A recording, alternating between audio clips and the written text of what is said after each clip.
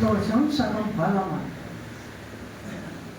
సంతోషం కోసమే మనం ఎంపర్లాడుతున్నాము, సుఖాల కోసం ఎంపర్లాడుతున్నాము. ఈ సంతోషము సుఖాని కన్నా గొప్పదైంది ఆనందం.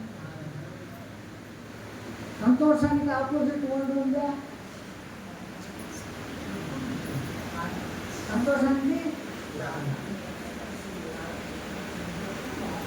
ఆపోజిట్ వర్డ్ విచారం.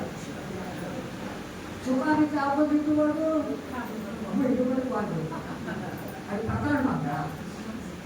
అది ఆనందానికి ఆపోజిట్ వర్డ్ ఏమన్నా ఉందో చెప్పండి.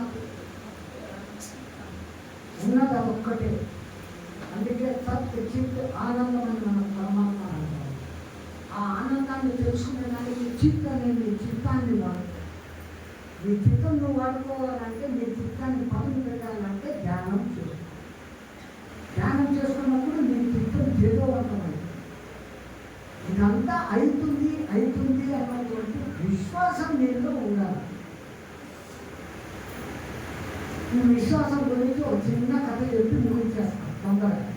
చాలాసేపు నుంచి కూర్చోగలరుగా. ఒక ఊళ్ళో ఎక్కడో ఇచ్చిన మామూలు పల్లె. ఆ పల్లెకు దూరంగా ఒక దంపతులు నివసిస్తూ ఉంటారు. కొన్ని గొర్రెలు పెట్టుకుంటారు. ఆ గొర్రెలు పిల్లలు వేస్తే పెరిగి పెద్దదైపోయినాక ఆ గొర్రెలు అమ్ముకుంటుంటారు. డబ్బులు బ్రహ్మాండంగా వస్తున్నాయి. ఊళ్ళోకి అమ్మేస్తారు. వాళ్ళకి కావాల్సినవన్నీ పెట్టుకుంటారు. వాళ్ళకి ఇంత కొడుకు.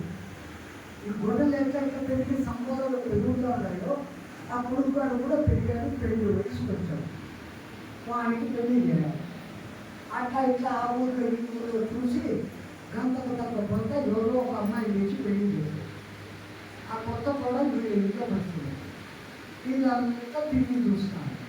వీళ్ళు అనుకున్నారు, 6 బెడ్రూమ్ నా ఇల్లు, ఇది నా బెడ్రూమ్, ఇది మీ బెడ్రూమ్, ఇది అతిథి వస్తే ఉండే బెడ్రూమ్, అది అది ఇది వంటిల్లు, ఇది స్టోర్ అన్నీ చూపిస్తున్నారు. అత్తమామ గారు మూడు గారు అన్నీ చూపిస్తున్నారు. అసలు చూపించలేదు ఏమి. ఈ రూములుంటే ఇది అసలు ఏం తెలియదు. దేవుడు కలిగాడా? దేవుడా వాడు మాకేం సంబంధం? మేము కష్టపడి గొడవలు పెట్టుకుంటాను, అమ్ముకుంటాను, దిగ్మాన పైసలు